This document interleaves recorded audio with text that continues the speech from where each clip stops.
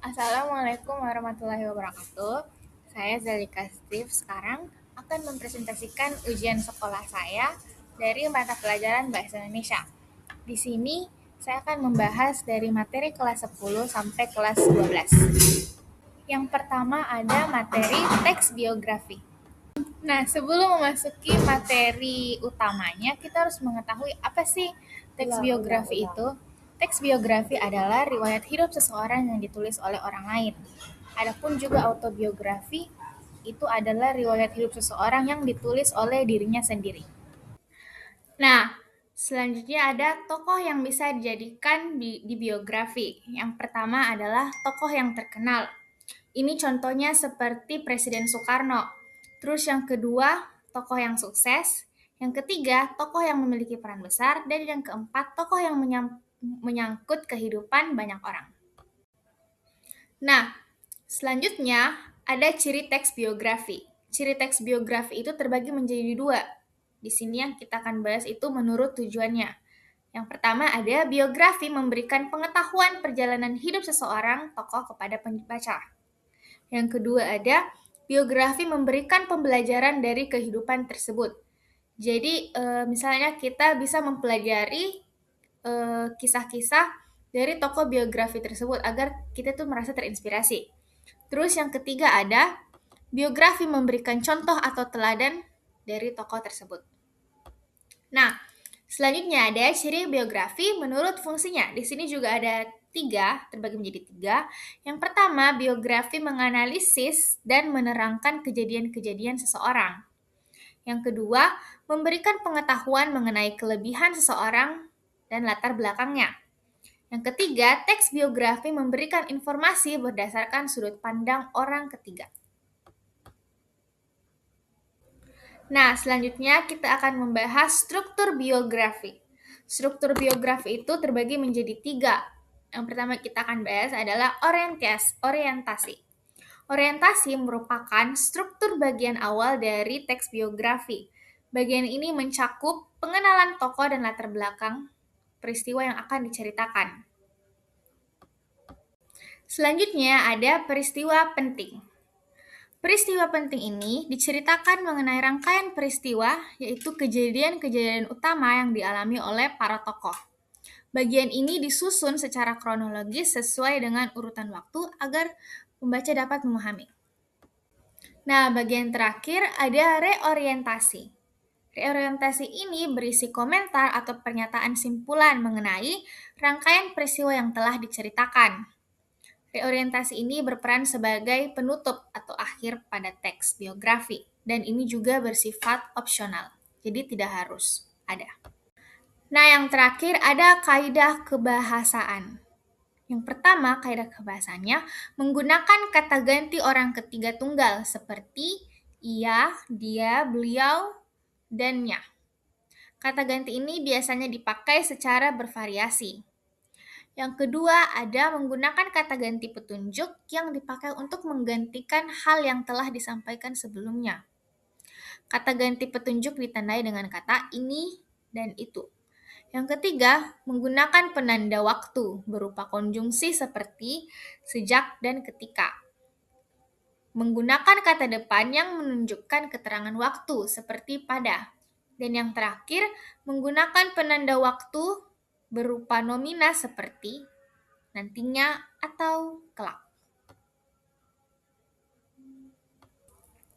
Nah, ini adalah contoh teks biografi dari mantan Presiden Indonesia B.J. Habibie. Di sini dapat dilihat contoh teks biografinya. Selanjutnya, kita memasuki materi teks berita. Nah, sebelum memasuki lebih dalam lagi mengenai teks berita, kita harus mengetahui apa sih itu teks berita. Teks berita adalah jenis teks yang menyajikan informasi aktual tentang peristiwa yang sedang terjadi atau baru saja terjadi. Berita ini bertujuan untuk menyampaikan informasi kepada publik secara cepat, akurat, dan objektif. Adapun 5 ciri-ciri teks berita. Yang pertama ada bersifat aktual. Aktual itu menyajikan informasi terbaru dan terkini. Yang kedua, faktual. berdasarkan fakta dan data yang akurat. Jadi berita tersebut tidak hanya semata-mata hoaks. Yang ketiga ada objektif. Berita itu dia tidak memihak dan tidak mengandung opini pribadi atau opini seseorang gitu. Nah, yang keempat ada ciri-cirinya yaitu jelas. Jelas ini maksudnya bahasa yang digunakan itu mudah dipahami sehingga seseorang yang membaca teks berita tersebut dapat mereka cerna dengan baik. Lalu yang terakhir ada kredibel. Ini kredibel itu sumber berita yang dapat dipercaya, bukan hanya batas omongan saja mulut ke mulut begitu. Harus jelas sumber beritanya. Selanjutnya, kita memasuki unsur-unsur dari teks berita. Unsur-unsur teks berita itu meliputi 5W1H. Nah, kita akan membahas satu-satu dari 5W plus 1H itu. Yang pertama adalah what. What itu mencakupi peristiwa apa sih yang terjadi di dalam teks berita itu. Lalu yang kedua adalah who. Siapa yang terlibat di dalam peristiwa tersebut. Yang ketiga ada when. When itu adalah kapan peristiwa tersebut terjadi. Nah, selanjutnya ada where. Where itu di mana. Jadi, dalam teks berita tersebut, di mana sih peristiwa itu sedang terjadi? Terus ada why. Why itu mengapa. Mengapa peristiwa itu terjadi? Lalu ada how. Bagaimana sih peristiwa itu dapat terjadi? Nah, selanjutnya ada jenis-jenis teks berita. Jenis-jenis teks berita itu terbagi menjadi ketiga. Yang pertama adalah hard news. Hard news ini berita penting yang baru saja terjadi, seperti bencana alam, politik, atau kriminalitas. Terus yang kedua ada soft news. Berita yang ringan dan menarik, seperti hiburan gaya hidup ataupun olahraga. Pokoknya yang ringan-ringan. Lalu yang terakhir ada investigasi. Berita ini hasil dari penyelidikan yang mendalam terhadap suatu peristiwa. Nah, selanjutnya kita memasuki struktur teks berita. Struktur teks berita itu terdapat 4 struktur. Yang pertama ada judul. Judul itu merupakan bagian yang paling atas di struktur teks berita. Yang kedua ada lead, yaitu paragraf pertama yang berisi informasi paling penting, menjawab pertanyaan dari 5W plus 1H yang tadi kita sudah bahas sebelumnya. Yang ketiga ada tubuh berita, bagian inti yang berisi penjelasan lebih detail dari lead mengenai peristiwa yang terjadi. Dan yang terakhir ada ekor berita, bagian paling akhir yang berisi informasi tambahan atau kutipan dari pada narasumber. Nah, yang terakhir ada kaidah kebahasaan dari teks berita. Yang pertama ada kalimat pendek dan sederhana, agar mudah dipahami oleh pembaca, supaya pembaca itu tidak akan bingung dengan kalimat-kalimat yang agak panjang atau lebih kayak susah dicerna begitu. Lalu yang kedua ada kalimat kerja aktif, menunjukkan tindakan yang sedang terjadi. Yang ketiga ada kata penghubung yang tepat, menghubungkan kalimat menjadi satu kesatuan yang padu. Lalu ada bahasa baku, menggunakan bahasa Indonesia yang baik dan benar. Jadi di sini jangan menggunakan kayak bahasa tidak baku atau bahasa daerah agar semua orang dapat mengerti. Lalu yang terakhir ada urutan waktu. Teks berita itu harus disajikan secara kronologis.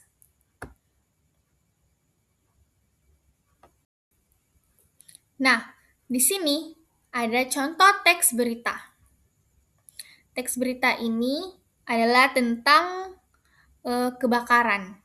Bisa dilihat dari sini. Nah, selanjutnya materi terakhir ada materi teks esai.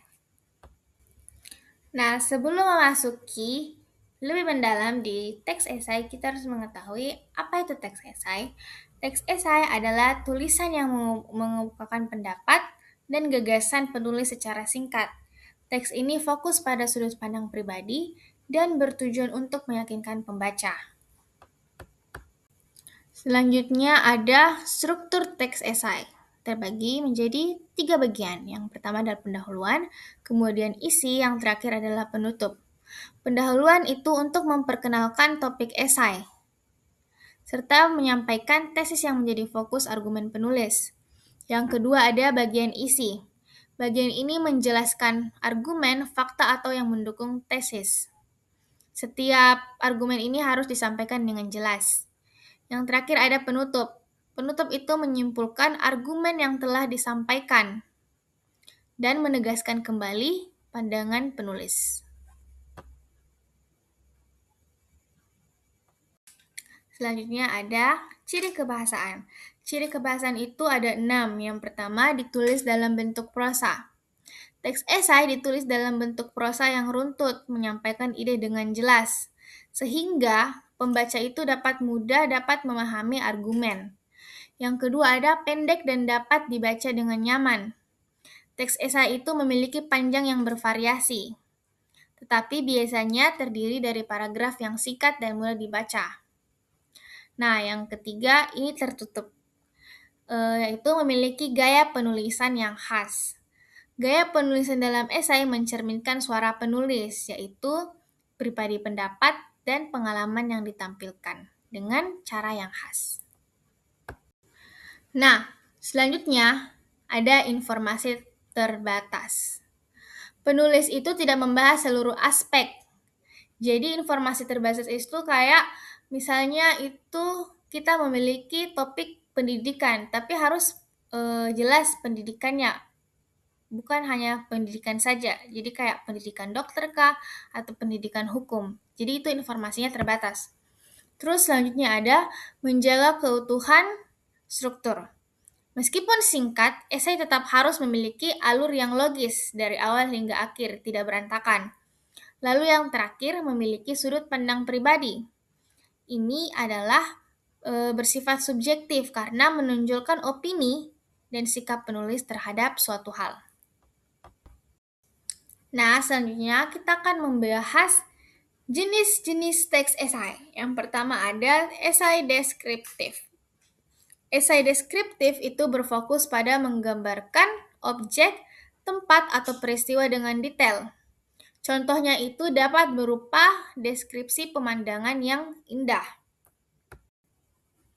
Nah, yang kedua ada esai tajuk. Esai tajuk itu adalah tulisan argumentatif yang mengemukakan pendapat penulis mengenai isu terkini.